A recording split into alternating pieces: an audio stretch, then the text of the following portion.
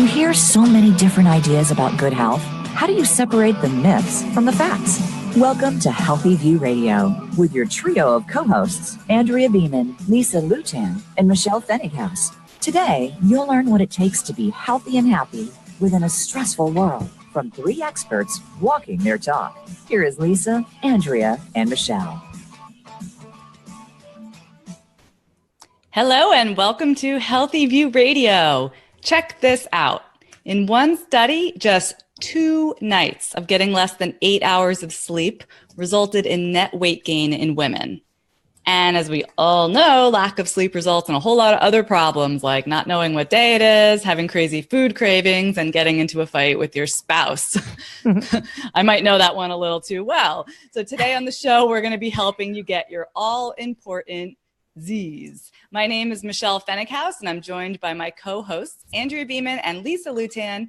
We are holistic health experts, which means that when our clients can't sleep, we're looking at why, what's the root cause, and not just recommending, take a sleeping pill. Let's fix that with the pill, which, by the way, might knock you out, but it doesn't provide the same restorative benefits as actual sleep. And I have such a sleep story to tell you guys, and it involves a banana, believe it or not. And I want to invite Andrea and Lisa to share their expertise. But first, I want to do a shout out to our sponsor, Vapour Organic Beauty. I've been using Vapour for 5 years now. It's the only makeup I use. I'm wearing it right now. And they're the only brand of makeup that I buy because aside from being organic, beautiful products, they are luxurious, really. You get it in the mail and it's none of that crunchy granola, cardboard feeling organic stuff. It is pure luxury. And you can save 20% by going to Vapour Beauty. I'm saying Vapour because it's actually VAPOUR, vapourbeauty.com, and using code HVR. And hey, make sure to get one of their sample kits. It's just $15. You get all different colors that you can try on and see what's going to work for you before you buy a full-size product. So again, that's vapourbeauty.com and use code HVR. So back to our topic of sleep. Andrea and Lisa, what stories do you have for us? I wake up over there. Oh, sorry. Your long intro just knocked me out. I got a good sleep story. I guess they're all good sleep stories. When I guess 6 years ago, 5-6 years ago, when I was dealing with Lyme, I couldn't sleep at all. There was a 6-week window where I managed 1 to 2 hours of sleep per night. And I have to tell you that it was the most challenging experience of my life to try and be in the world on that little amount of sleep.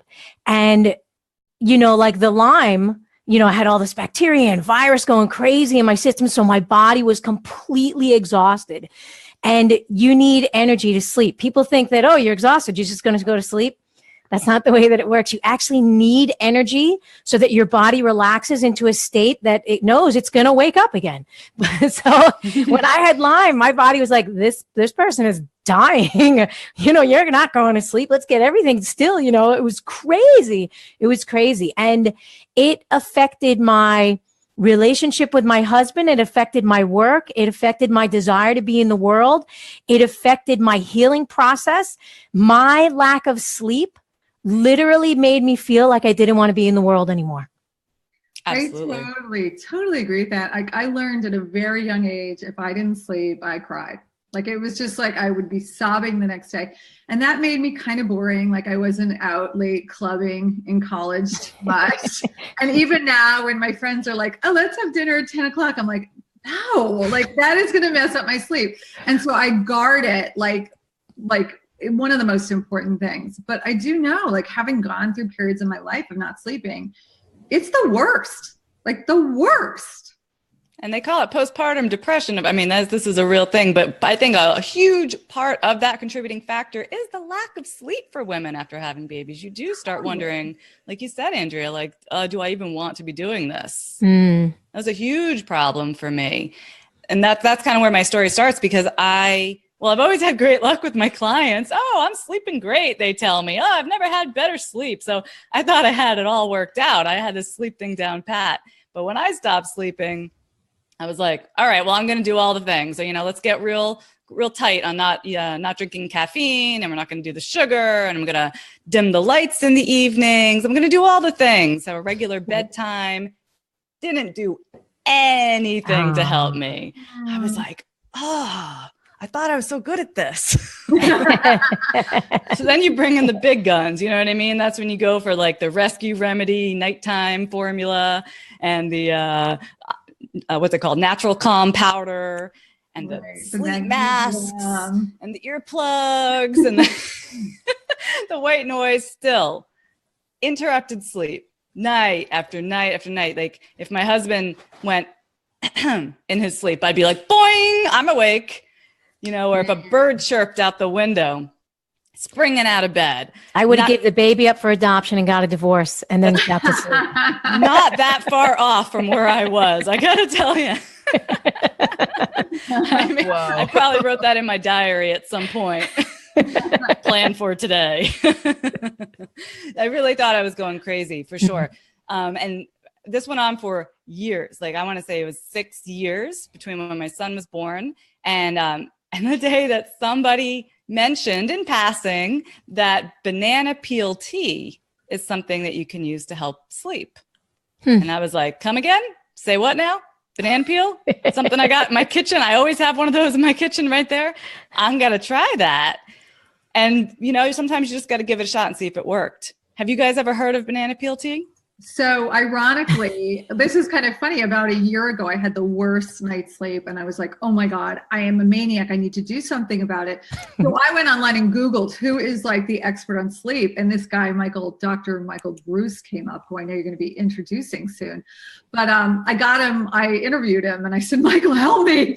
Like I need sleep. And he told me about banana peel tea, which I had never heard of before either. So super cool.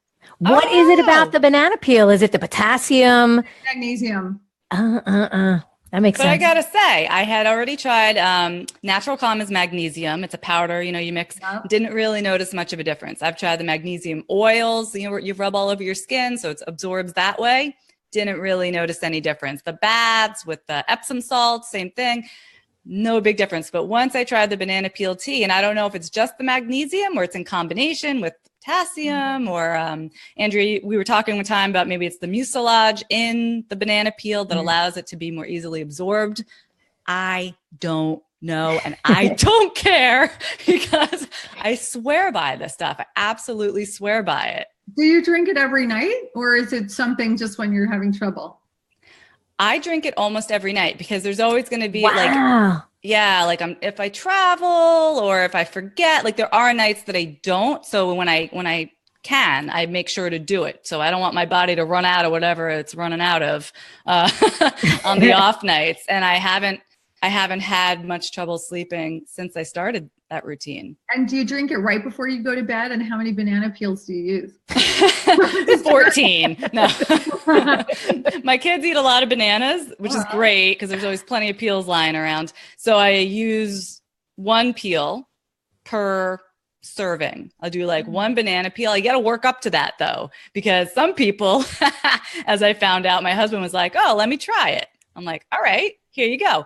That poor man had diarrhea for like a full 24 hours. Oh, then it does affect the mucilage in the digestive system. Well, too much magnesium will give you the runs too, you know? So I'm thinking the man doesn't really have trouble sleeping to begin with. So maybe he's got plenty of magnesium in his system, but I think you got to work up because you don't know where your levels are at necessarily. So I started with like one piece of peel and then half a peel. And now I use the whole peel and I've never got the runs. So maybe I should even jack it up a little bit, but you want the runs? No, but how deficient am I? People out there that are constipated and can't sleep, this could change your life forever.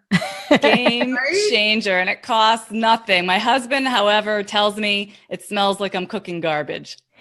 Wow. Well, do you take the whole peel? Do you chop it up so it gets more surface area? I mean, you just put it right into the water? I take the peel. I do cut off the stem because, you know, the plastic part that's always attached at the stem. Right. I don't want to get any of that. And I wash it.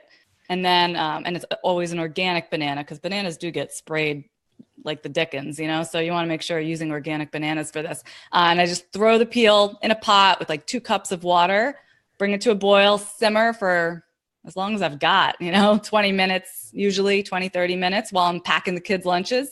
And that's what I'll drink before bed. I wonder if you can make a huge batch of it. Yes. No. You can. And this week I'll do like maybe 4 at a time. And this week I tried throwing a cinnamon stick in there, which really makes it taste more pleasurable. Yum. Banana. Oh yeah, I guess I could see that. Almost like a bananas Foster, right? Banana, cinnamon, throw some butter in there. Banana cream pie. Scoop ice cream. Yeah, or a tea bag, like if I've had like a peppermint tea or something like that, if you throw that in, then it doesn't taste bad. A banana peel doesn't taste horrible. It just doesn't taste come up with a line of like infused banana teas. No I can kidding. see that would be a great product for us, a healthy product. I'm in. Anyone who wants to dehydrate some banana peels and turn it into a powder for some instant drink, I am so in.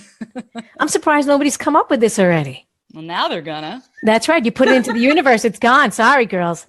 By the time we finish this radio show today, there's going to be 5 banana peel products on the shelf in the Whole Foods. New superfood. I'll tell you though, I would buy it, and they could be a sponsor. There you go. So if you haven't tried it, you got to give it a try and tell everyone. I've got my my neighbor over here. Her dad's having trouble sleeping, and he started doing it, and now he's out like a light. So there's testimonials coming in right and left. Oh, well, that's always good. Did anybody put onto the Facebook page that they have tried this banana concoction? I'm looking. Has anybody tried this thing? Well, Andrea, I was wondering if maybe you had some herbal advice for us on the same topic. Oh, yeah, totally. Beyond the herbal advice, you've got to shut down all your computers by 9:00, right? So you shut down your phone, you shut down your computer, because this is all white light. And that's stimulating your pineal gland and telling you, hey, it's daytime. Get up. Let's go. Let's get the sugar going. So you got to shut off. If you're having trouble sleeping, shut off all the computers, all the white lights, and get a good old fashioned, like golden colored lamp for the side of your bed or the living room or something like that. But beyond that, I also don't recommend eating food after a certain amount of time at night, because when you eat, your body goes into digestion, and that's you don't want to be in digestion phase when you're going into sleep, because then you're not rejuvenating, and it does wake the body up for certain processes. So like you have to 3-hour window, don't eat anything. And then if you're going to have anything, it's just a tea, right? Something that's light and easy to digest. Like your banana peel tea, for example. See, it's perfect. Yeah. You could also do lemon balm. There's, of course, ashwagandha, which you could take during the day, which helps to nourish and support the endocrine system, and that'll help you sleep at night. Because if the endocrine system is out of whack, you're not going to bed. Go ahead, Lisa. I just want to point out, in Oprah magazine this month, there is a huge section on sleep. Like pages and pages of great tips. I'm pretty sure Michael Breus is one of the people quoted in there as well. And so check it out, because there's all sorts of new research. One thing I read was that when you have only 6 hours of sleep a night, it's like drinking 2 glasses of wine in an hour. And if you have only a few hours of sleep, it's like drinking 4 glasses of wine in an hour. So you shouldn't be driving. You shouldn't be thinking. You probably shouldn't even be talking to anybody, because you're probably in a semi-psychotic state, without that sleep. But this is serious stuff. We really need to take our sleep much more seriously.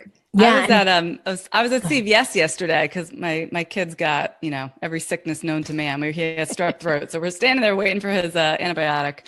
And I look over on the shelf, and there's that Z-Quil. It's like Dayquil that doesn't have any medicine except the part that puts you to sleep. And they're selling them in these huge bottles like this, in a 2-pack of those, because holy mackerel, that's how bad people are suffering with sleep problems. Right there on the shelf. Grab your 2-pack. Yeah, it's widespread across this country. And what did you say, Lisa? That Oprah's coming on the show? She's going to be talking on the show? Is that what you She said? contacted us. Yeah, something like that. It's just a matter of time. That's right. Yeah, but this across our country and probably around the world, I think that we are sleep deprived. And it's because we're setting up our society, our human society, as if we are robots and can go constantly. You just plug them in, and then they go. But human beings are not designed that way. We're designed in a more like natural creatures, right? That have a sleep pattern. No. Right? We're not robots. We're not battery operated. We actually need to rejuvenate in the night. So I think it's a running rampant around the world right now. Absolutely. I've heard the light bulb being blamed for like the advent of these sleep problems, because once we had a light bulb, well, suddenly we could have factories that ran all night long and people who had to work in them, and we could be doing things in the evening. We didn't just have to go to sleep because the sun went down. So once we learned how to light up a room, God damn that Thomas Edison. Yeah. And there's something else going on. Whenever somebody says to me, well, I don't need that much sleep, I'm like, how many cups of coffee do you drink in a typical day? And they're pounding the coffee all day long. It's like, well, what would happen if you took that away? They wouldn't be able to function. So look at our guy. Our sound engineer is telling us he drinks 3 coffees a day and gets 4 hours of sleep per night. A-Rod, listen up, buddy, because in just a few moments, we're going to be chatting with our guest, Dr. Michael Breus.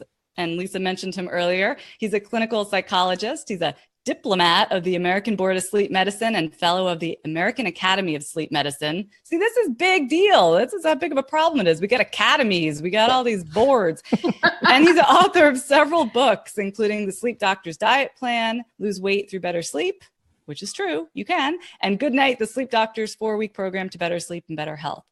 Dr. Breus has supplied his expertise to brands such as Princess Cruise Lines, they care about your sleep apparently, Advil PM, Crown Plaza Hotels, and today, lucky us, he's here on Healthy View Radio. So if you are feeling so freaking tired of not being able to sleep and staring at the ceiling all night, hang tight and we will be back in just a moment. All clear. Thanks. Awesome. Hello, Facebook. We know you're still watching us. We just want you to see our breaks. What's going on? You guys are hilarious. Hey, Dr. Breus. Hello. How's it going? It's kind of good. I think we're all pretty well rested. Yeah. I don't know. You guys sound a little delirious to me. Funny. So who took my banana tea recipe and went crazy with it? Oh, that's me. I love that stuff. We discovered it on our own, though. But it really works. It does. It's almost too simple. It's someone's got to start making a profit on this soon. Maybe it should be you. How come you haven't packaged this stuff up? Let's just say there are things in the works. Oh my God, you heard it here first. He's opening a sleep clinic in Costa Rica right next to the banana farm. Yeah. It's going to be called Chiquita Sleep. All right. Okay, so Doc, we're going to be coming back in about 30 seconds, and I'll introduce you, and then we're going to run through about 17 minutes, and then we'll wrap you up and thank you and all that great stuff. Of course. Happy to do it. Okay, good. We're happy to have you because there are so many sleep-deprived people in the world. My husband's one of them. Guy doesn't sleep. Seriously? He tosses and turns. He's like a fish that comes out of water and he flaps around in the bed. Thank God I sleep well. Just smack him with a banana peel.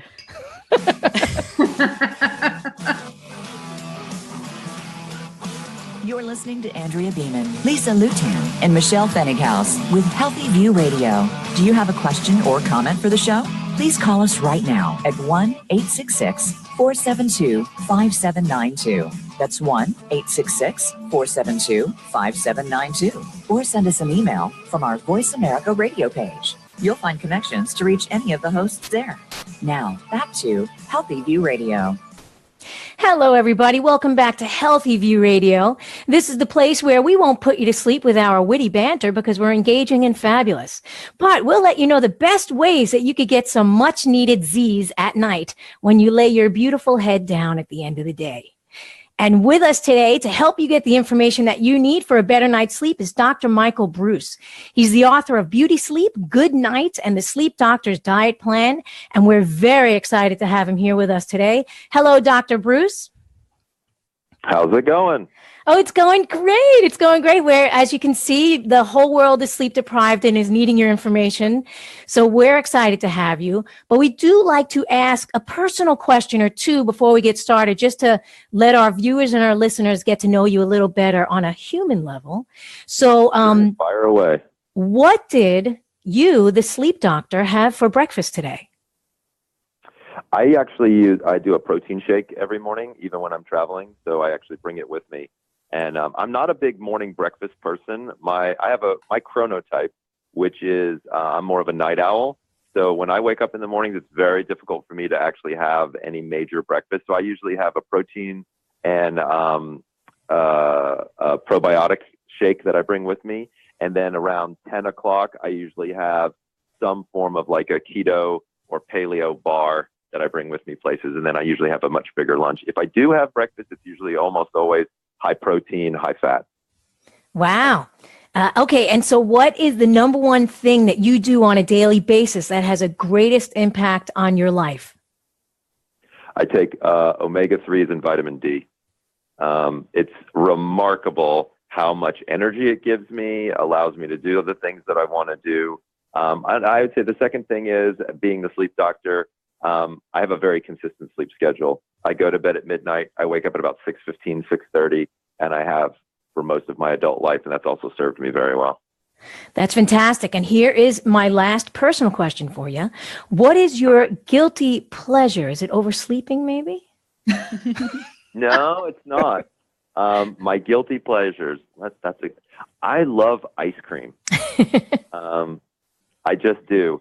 There's no getting around it. So I would say one of my biggest guilty pleasures would be ice cream on occasion. I love to play poker.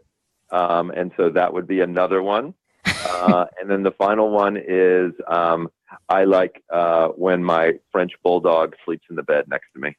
Aww. Okay, so we're getting down to the nitty gritty now.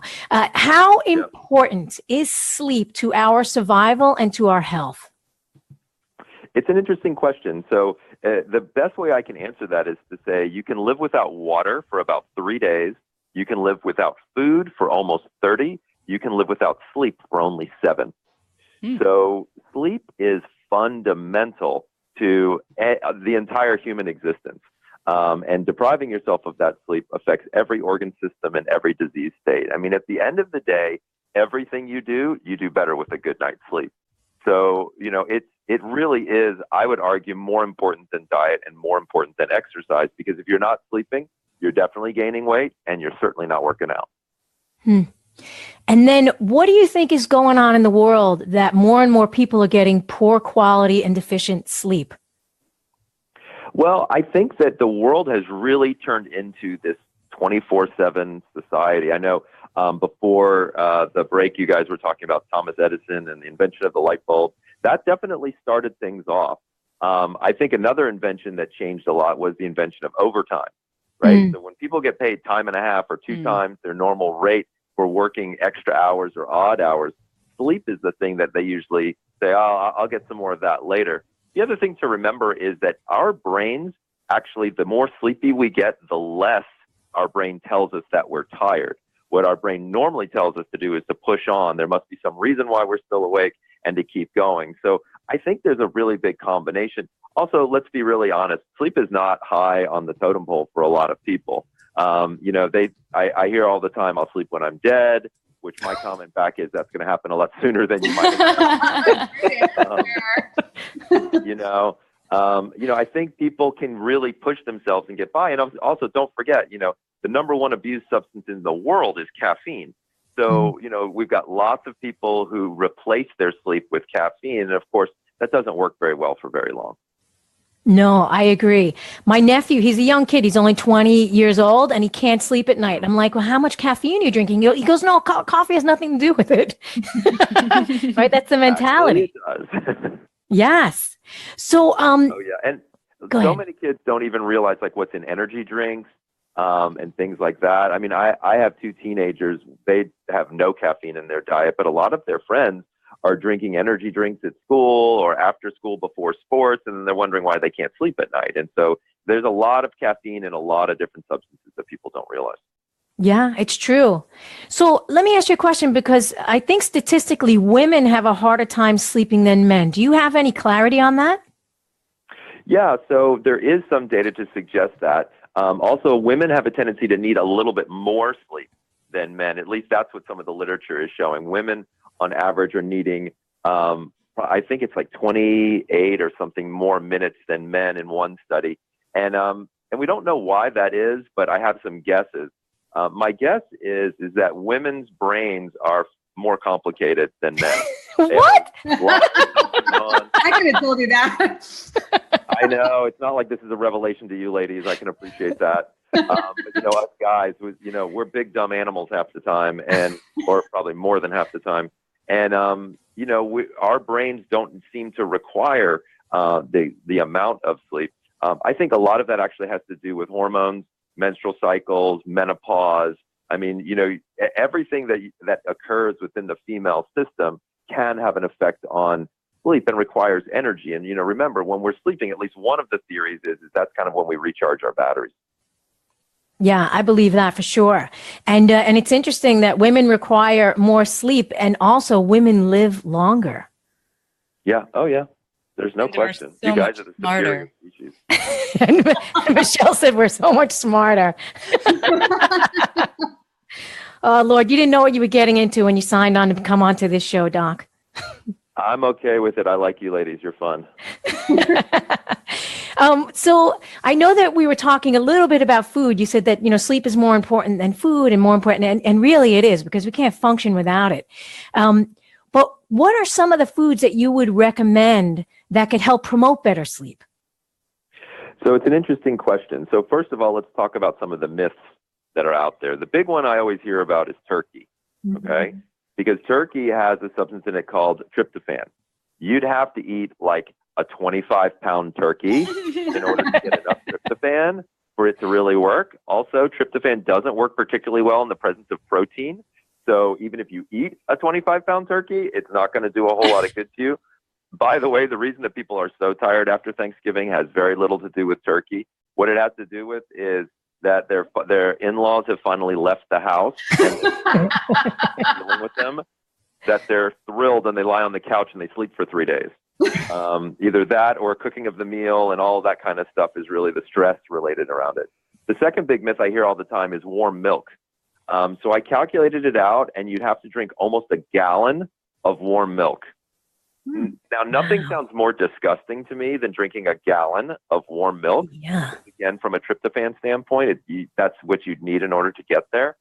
You really wanted to look at some foods that may have some real worth to them when it comes to sleeping. One thing that you guys were talking about earlier are bananas. Bananas are loaded with magnesium. I call them nature's sleeping pill. They're definitely helpful from potassium, magnesium, sodium standpoint. As you guys were talking before, my recipe for banana tea, where you take the banana with the peel and you boil it in water for 4 or 5 minutes, that has been shown to be very, very helpful for many, many people.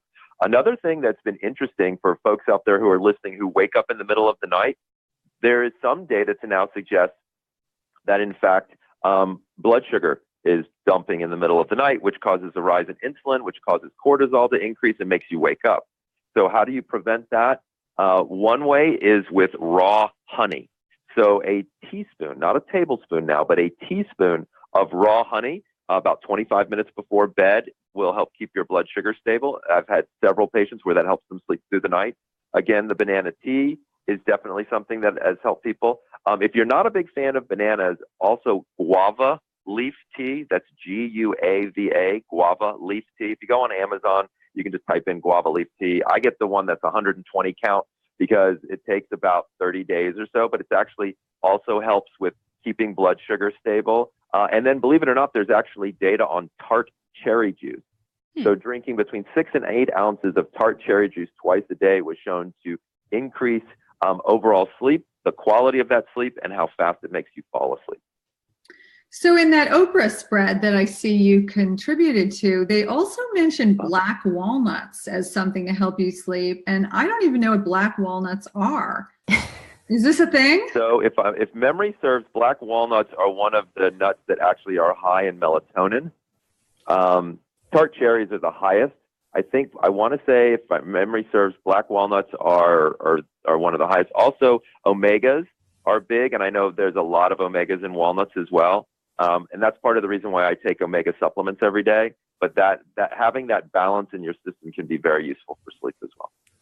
Yeah, and also, Lisa, very interesting that you brought up black walnuts because traditionally, herbal medicine, black walnut is a vermifuge. It helps to get rid of worms and parasites.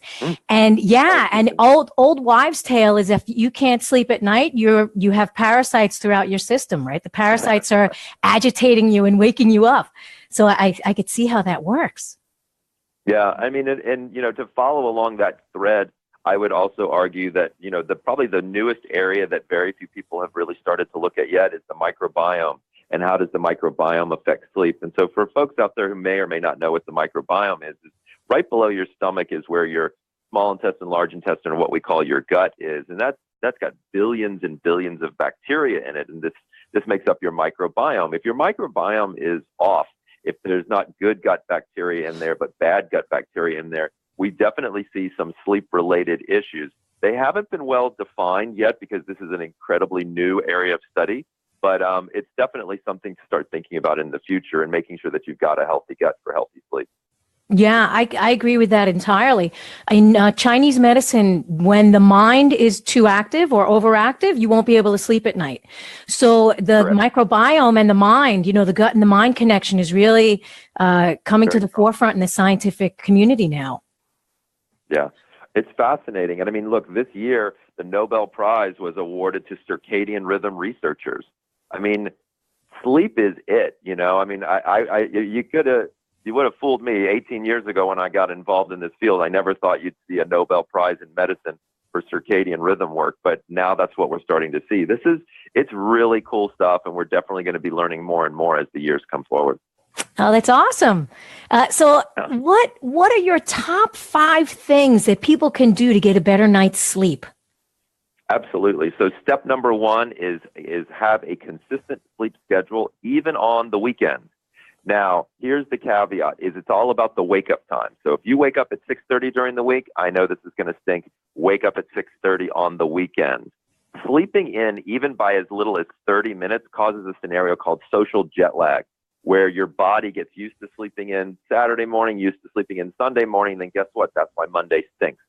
So keeping a consistent wake-up time is step number 1. Step number 2 is stopping caffeine by 2 p.m. Now, you notice I didn't say stop caffeine. There would be like a worldwide revolt if that happened.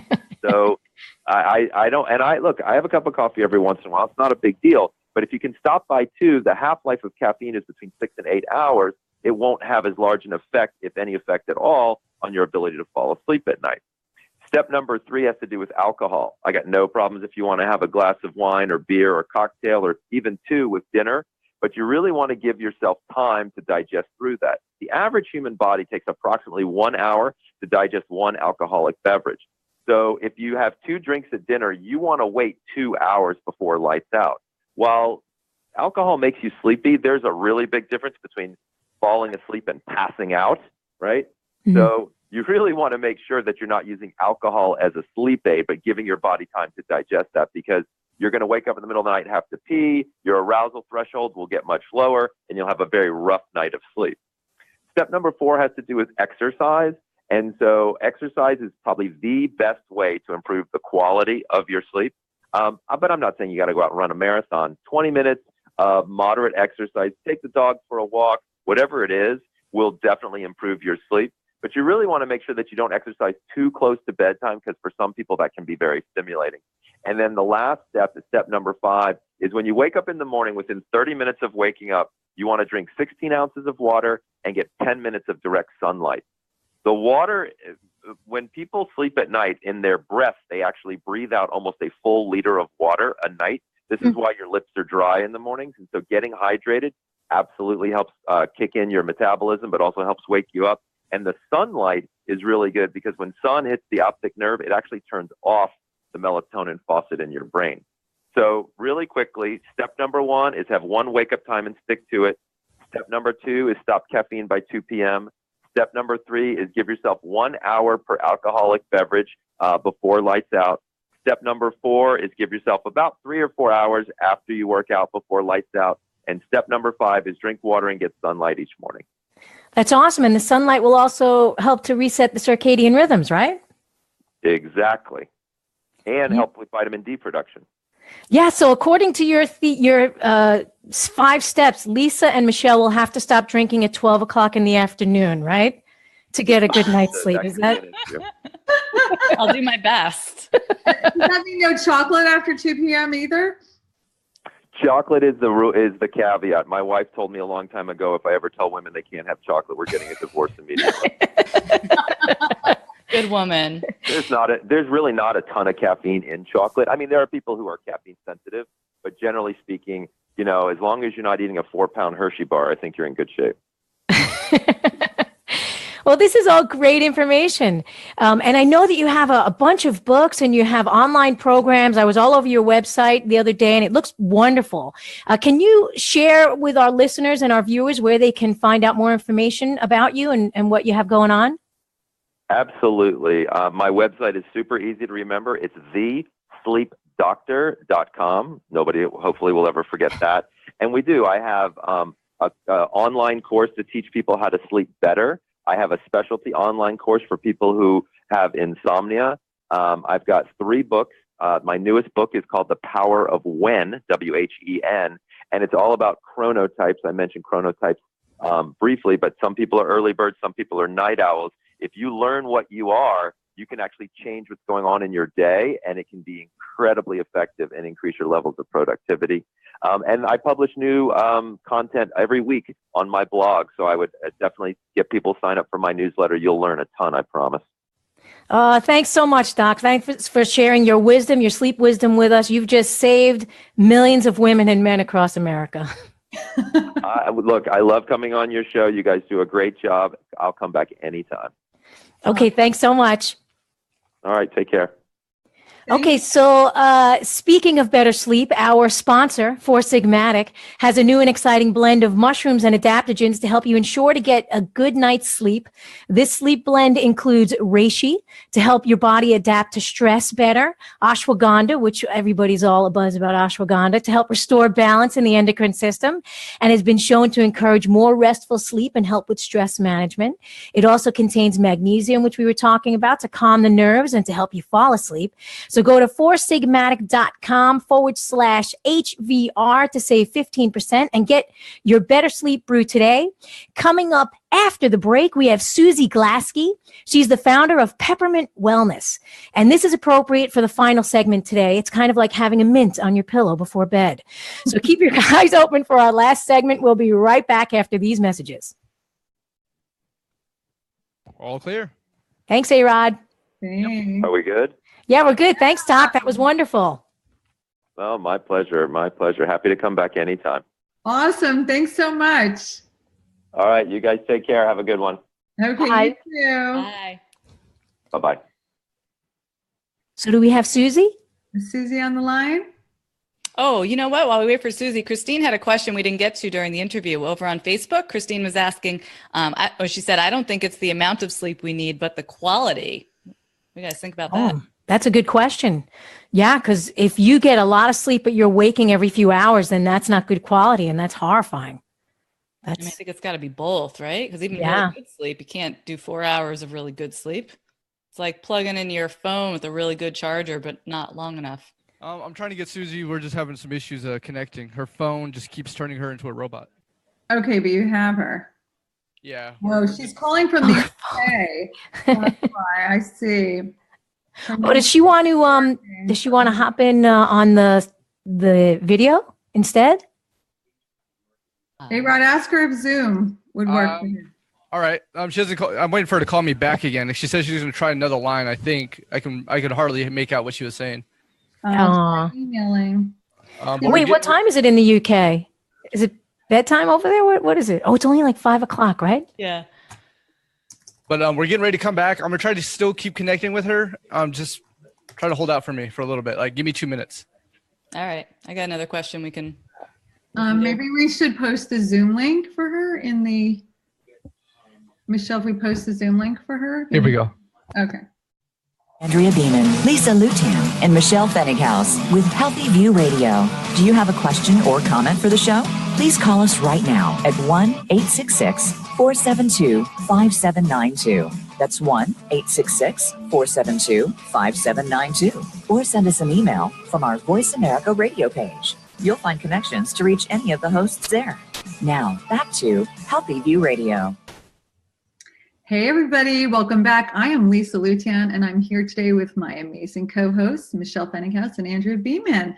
We've been talking about the importance of sleep with Dr. Michael Breus, and what an important conversation this has been. Wouldn't you say? Yeah, I love him. I want him to come here and teach my husband how to sleep. Yeah, super great guy. And actually, his book is really interesting. I highly recommend it, all your sleep types. And it actually talks about when the best time of day to negotiate based, like if you were wanting to ask for a raise or something based on your sleep type. It's super cool. So guys, I have a question because a lot of my clients and just women that I speak to will say, I've been getting up at 5 o'clock in the morning or 4 o'clock in the morning so that I can work out because it's the only time of day I have to exercise. But, that means that they're only getting maybe 5 hours of sleep. And I think it's come up a few times during this conversation that not sleeping can actually promote weight gain. So what do you think about this conundrum that women find themselves in of having to sacrifice sleep or sacrifice the workout? So for me, sleep is always number one. Like, I feel like if I don't have a good night's sleep, I don't function and I don't get a good workout. So I would put sleep as a higher priority. How about you, Andrea? Yeah, like I said, I had that experience when I had Lyme where I was not getting sleep. And I'm telling you, it affected every single aspect of my life in a negative way. Like, I clearly could have not eaten food for 6 weeks and felt fine, but not getting sleep, it was horrible. 2 hours here, 1 hour there. It was a nightmare. So what do we do if there's no time to work out, but we have to get our sleep? Well, you got to work out during the day. Yeah, or go to bed earlier. Yeah. Wake up earlier. Oh, though, it's the mom who works all day and she gets home, she's got to take care of the kids. And by the time she gets to bed, 10 o'clock, and then she's got to be up for work again. I feel like women really are in a double bind in some ways. What if you sling that little kid onto your back and you do some jumping jacks, or something like that? Yeah, that's what I was thinking. It turns into making more of the things you're already doing. So if you're you're already going to the grocery store, just park in the far lot. Do some jumping jacks in the parking lot. That's your but the truth is we do make time for things that are important to us. And if sleep is important, you will make the time in your day for it. There's always an extra half hour that you can pull from something else, like being on social media, doing emails, to get that extra sleep. Oh, by the way, when I get my period, I sleep longer. Like sometimes I'll even have to take a nap. Just all the guys that are grossed out by the idea of a period, just block that out from your mind. But it's like when my body goes through an operation, sloughing off the uterine lining, it gets more tired. And I actually feel like sometimes I need a nap. Sometimes I sleep more. Like 2 weeks ago, I had the flu. I slept 8.5 hours at night. Wow. Yeah. That's amazing. Yeah, but I didn't do it on purpose. It's just that my body needed more sleep during those times. It needed that rejuvenation. Wait. So is 8.5 hours like a lot of sleep for you? Oh, yeah. Yeah, like normally I'm like 6.5, 7 hours, maybe 7 hours, 15 minutes, something like that. Oh, man, you guys, like on the weekend, we don't have to get up, my son gets on the bus pretty early in the morning. So on the weekends, if I can just sleep, I'll sleep until 10 o'clock. I know the doctor said don't do that, but I'll sleep 10 hours. And then I wake up oh, I am a new woman. So I have some really bad news for you, Michelle. Really, really, really bad news. I think once I got into my 40s, my sleep changed forever. That no matter, and I was always a great late morning sleeper most of my life. I wake up 5:36, boom. Didn't matter what time I went to bed. I was just up at the crack of dawn. And that has continued for the last, 12 or 14 years. And I can go to bed at 2 a.m. and I'm still up.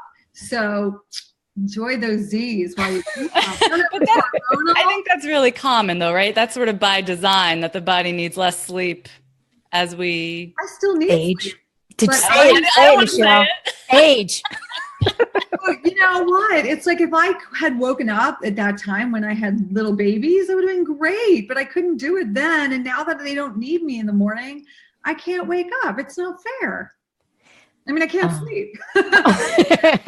Yeah, no, that is backwards. You could have used the early wake ups back then. My little guy wouldn't sleep past 5 o'clock in the morning. This kind of goes back to eating before bed or not eating before bed.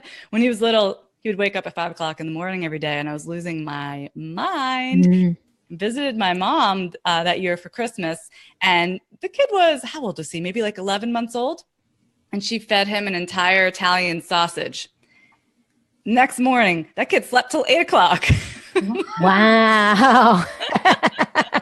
So if anybody out there doesn't want to try the banana peel tea, just try eating a lot of sausage. Maybe he was hungry. Maybe it was like a blood sugar thing. Possibly. So. Yeah, that would have been the first kid I gave away. The 5 o'clock in the morning kid. That's goodbye, adoption house. Goodbye. Yeah, exactly. No, I do think he was hungry because at that age, I didn't know how much solid food to give him. First time mom. And, but I think that's true for all of us. Like if obviously if we don't eat enough or if we're eating too much, the whole blood sugar thing can really interfere with our sleep. Yeah. Which is so confusing because you keep hearing about intermittent fasting and not eating for 16 hours, but then are you hungry during the night? Like there's so much contradictory information being kind of sent our way.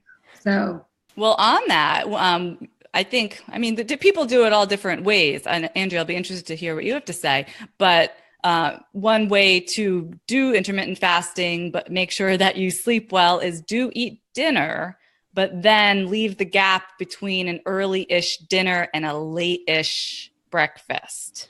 So that's where the big window of time is. Yeah, and I agree. I think that one of the things that will upset someone's sleep is if their body is expecting sugar, right? So, or expecting food or so like the people that have like 6 to 7 meals a day, I don't think that that's healthy because you're training your body that, every 2 hours or every 3 hours, I need to have more sugar.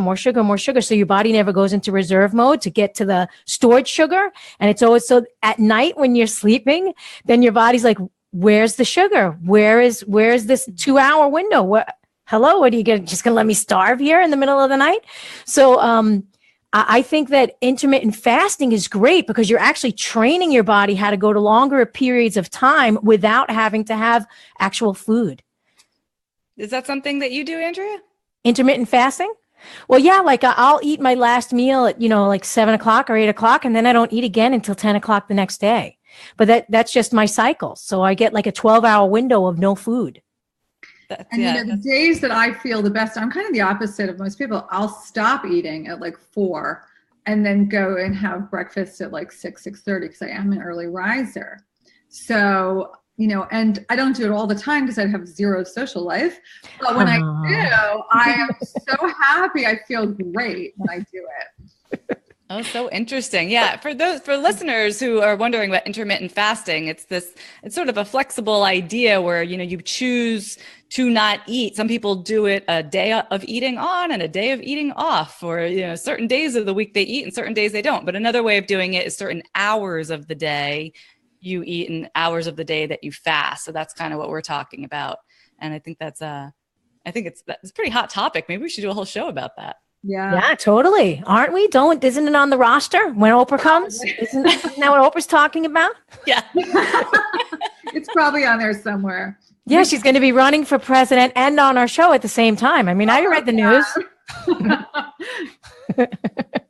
That's real funny. So what else do you guys do when your clients are having trouble with sleep? Because we're having trouble getting Suzy on the line, so we can keep going with this. Well, I will say that my mom, I think, gave me the best advice ever. She didn't realize that when I was a kid, and I often couldn't sleep, probably because I had a Pepsi at 11 o'clock at night. Oh my God. And she would come in and she would say, just rest. And it sounds like such simple advice, but the truth is that when you can't sleep, you get into that thing, oh my God, I'm never going to sleep. I'm not going to wake up. I'm going to miss my meeting. Like we get into this crazy cycle. And so, and one of the questions I did ask Michael Breus last year was, does rest, is it okay? Is it good enough? And he said, it's way better than not sleeping. Okay. Yeah. So if you do wake up, if you try to keep yourself calm and just stay relaxed, you will get some benefits out of that. Yeah, there's for the spinning mind when you wake, if you can go get a tincture of passion flower. And if you could keep that on the side of your bed, when you can't sleep because your mind is spinning, right? It's spinning out of control. It's like stuck in a crag, and the same thing is running over and over and over and over and over again. Same thought. Take the passion flower. It usually helps to shift that thought and relax the body. It's a natural sedative. Passion flower. Oh, I'll keep that in mind. I've certainly had that problem in the past. Dear God, where were you then?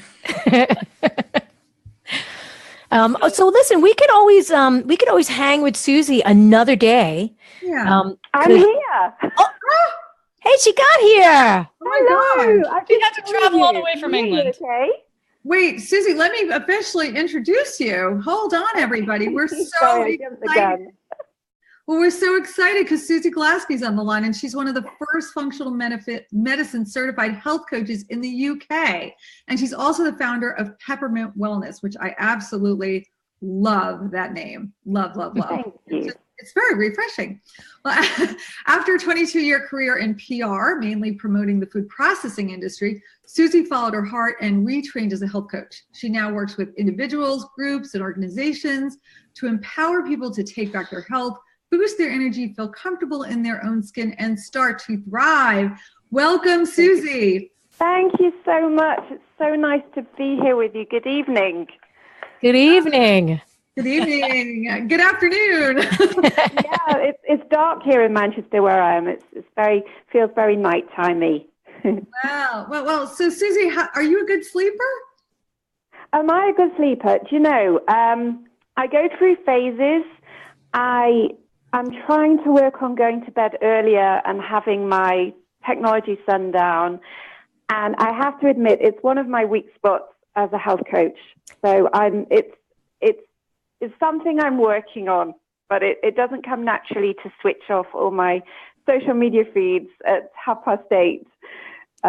So I'm kind of trying to inch up there. Suzy, you just gave away a secret that health coaches aren't perfect. Yeah, I know. Do you know, it's so true because, and it's something that's so important to get across because I actually got a really stroppy email from someone last week saying, I saw your blog on sleep and you must sleep perfectly because you wouldn't make a blog like that. And it made my blood boil. And so often I'll meet friends and they'll say, oh, if I'm feeling really good, I'll look at your vlogs or blogs. And if I'm feeling rubbish about myself, I think, oh, I don't want to see it. And I said to them, I'm talking to myself as much as everyone else when I make a vlog because I need to do this stuff as well. And don't think for 1 second that I've got it all figured out because I'm also, trying my hardest. And sometimes I get it right. And sometimes I most definitely don't. Right, exactly. And that's what we're all trying to do and help our clients do. Just keep working on it little by little, making improvements, right? Yeah. Tell us about the work you're doing.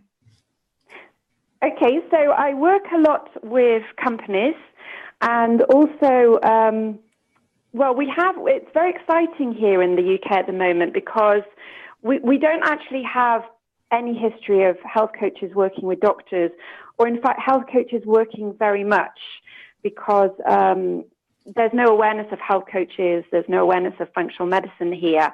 But we have, I don't know if you're aware of Dr. Rangan Chatterjee, he's going to hit the States. If you haven't heard of him, he's going to hit the States very shortly. And he's been billed as the doctor of the future. And he is talking all the time about lifestyle medicine and these little changes that make the most enormous effect to people's health. So we're going through a rapid period of change here in the UK, and I'm hoping that we're going to catch up because we're very much behind the US, sort of 20 years behind. I was actually quite curious about the Sure. health culture in the UK. Like, is for the everyday person, what is it like? And are there healthy restaurants? What's going on there? Okay, so where I am in Manchester, which is more or less the UK's second city, there are lots of healthy restaurants. There's like new moon ceremonies, and it's becoming a little bit like LA in these little pockets of Manchester. But then we also have one of the worst health outcomes in the whole of the UK here in Manchester. So it's very much a mixed bag. And I'm really keen to get out to just the public, rather than just people who have their green juices and go to yoga every day. I really want to get out to just the person in the street who is incredibly confused and bewildered and realistically has never seen an avocado. I do a lot of corporate workshops with people who work in warehouses and on the shop floor. And they've never held an avocado, they've never tried one. So there's really a polarity between the kind of wellness, Instagram and Deliciously Ella, who's massive. I don't know if she's famous in the States, but lots of kind of aspirational wellness type people. And then just the general public who are really struggling. We have the same problems with obesity, unfortunately, that you have in the US. We're catching up very quickly in terms of type 2 diabetes, etc.